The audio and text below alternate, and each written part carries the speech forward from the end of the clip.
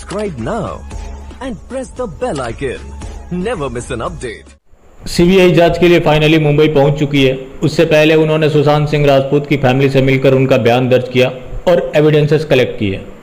इसमें बड़ी बात जो सामने निकल कर आई है, पहले जो फैमिली इस मामले को अबेटमेंट टू सुसाइड मान रही थी और उसके लिए उन्होंने बाकायदा एफआईआर भी दर्ज कराया था रिया चक्रवर्ती एंड गैंग्स के खिलाफ, अब वो उसे फिजिकल मर्डर मान रहे हैं और उन्होंने पर्याप्त सबूत भी दिए हैं। अब बड़ी बात यहाँ पर यह है, क्या सीबीआई इस मामले की निष्पक्ष जांच करेगी? इस मामले की निष्पक्ष जांच तभी हो सकती है जब तीन पहलुओं को शामिल किया जाए। पहला, सुशांत सिंह राजपूत को गलत मेडिसिन किसके इशारे पे दिया गया और उस प्लानिंग गैंग में कौन कौन लोग शामिल थे, उसमें Mahesh Bhatt and gangs cover हो जाएगा। दूसरा, जो मनी ट्रायल का मामला है, वैसे ये मामला ईडी का था लेकिन ईडी ने अपनी ऐसी तैसी करा ली, क्योंकि रिया चक्रवर्ती से जुड़ी एक बड़ी खबर आ रही है। उसने जिस कंपनी की जांच चल रही थी उसका सर्वर चेंज करवा दिया और अब तक वो बाहर है। और जितने लोगों की ईडी ने पूछताछ की है उसमें सबके बयानों में डिफरेंसेस आ रहे थे। आइडियली उसे रिया चक्रवर्ती को गिरफ्तार कर लेना चाहिए था, लेकिन अब तक वो बाहर है। ये भी खबर आ रही है कि मुंबई पुलिस उसे कोऑपरेट नहीं कर रही है और सुशांत सिंह राजपूत से जुड़े रिपोर्ट्स देने से मना कर दिया। ईडी अपना रिपोर्ट सौंपने के बजाय, अपने कंसर्न रेज करने के बजाय उसने दीपेश सावंत को बुला लिया, वो सुशांत सिंह राजपूत का नौकर। यहाँ मामला मनी ट्रायल का है और एक मामूली नौकर को बुलाकर पूछताछ की जा रही है। मतलब ईडी भी वही काम कर रही है जो मुंबई पुलिस ने पिछले 60 दिनों से किया। और तीसरा, जो सबसे बड़ा मामला मर्डर का है, अगर इस मामले में baby penguin, Akshay Kumar, Salman Khan, Arbaaz Khan, Sooraj Pancholi, Dino Morea, Siddharth Pithani, Sandeep Singh, Dipesh Sawant, Rhea Chakraborty and gangs, Mumbai police और कूपर्स के डॉक्टर को शामिल नहीं किया जाता, तो आप समझ लेना कि यह मामला बायस्ड है और जांच सही दिशा में नहीं हो रही है। अब आपका सवाल होगा, मुंबई पुलिस को क्यों आरोपी बनाया जाए? मैंने 4 अगस्त को एक पोल जनरेट किया था ट्विटर पे और उसमें पूछा था, क्या सुशांत सिंह राजपूत की हत्या के मामले में मुंबई पुलिस को आरोपी बनाना चाहिए, हाँ या नहीं? हाँ बोलने वाले 96% लोग थे और ना बोलने वाले मात्र 4% लोग थे। हालांकि मेरे ट्विटर और यूट्यूब पे फॉलोअर कम है, वोट्स आई थिंक 49 थे। जितने भी रहे, लेकिन लोगों के मूड को समझने के लिए काफ़ी है कि लोग ये मानते हैं कि मुंबई पुलिस को इसमें अभियुक्त बनाना चाहिए। अब इसके 4 पॉइंट्स हैं जो बड़े क्लियर है।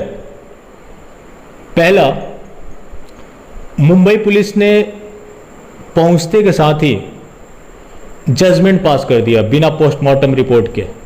मीन्स सुशांत सिंह राजपूत की मर्डर से पहले जो मीटिंग हुई थी उसमें मुंबई पुलिस भी शामिल थी या मीटिंग करके उसको ब्रीफ किया गया था, तभी इस तरह से मुंबई पुलिस ने जजमेंट दिया। क्लियर? दूसरा, इससे जुड़ा हुआ ही है, अगर कोई भी डेथ होता है, चाहे वो सुसाइड हो, अबेटमेंट टू सुसाइड हो या मर्डर हो, उस घटना से स्थल से लेकर पोस्टमार्टम तक, उसके बाद जब तक उस डेथ बॉडी को फैमिली को हैंड ओवर नहीं कर दिया जाता, तब तक वो पुलिस की प्रॉपर्टी है। लेकिन बीच में जो अनियमितताएं आई हैं, बिना पुलिस के मिली भगत का तो संभव नहीं हो सकता। तीसरा जो पॉइंट है,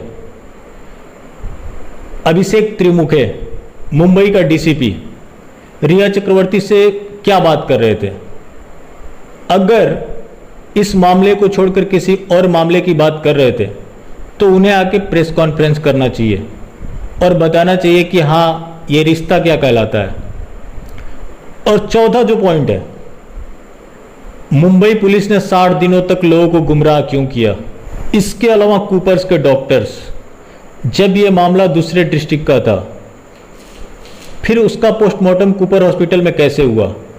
यहाँ पे डॉक्टर के साथ साथ पुलिस भी जिम्मेवार है, कि वो लोग कूपर हॉस्पिटल क्यों गए, वहाँ के किसी लोकल गवर्नमेंट हॉस्पिटल में क्यों नहीं गए। इसके अलावा पोस्टमार्टम रात में क्यों की गई, उसकी वीडियोग्राफी क्यों नहीं हुई, उसके बाद उस पर टाइमिंग क्यों नहीं मेंशन हुआ। जब सीबीआई इंक्वायरी हुई तो पांचों डॉक्टर सामूहिक रूप से लापता है। अगर उन्होंने कुछ गड़बड़ नहीं किया है तो उन्हें अचानक से लापता होने की क्या वजह है। कितनी हैरानी की बात है। Know the truth. We deserve justice for Shashank. Otherwise, we will never find. ये जो आपने वीडियो देखा, ये सुशांत सिंह राजपूत की बहन, जिन्होंने अपना इकलौता भाई खोया है, एक 74 साल का बाप जिसने अपना बेटा खोया है, वो न्याय के लिए दर दर की ठोकर खा रहे हैं। और जो अपराधी हैं उन्हें रोना चाहिए, वो चौड़े में घूम रहे हैं।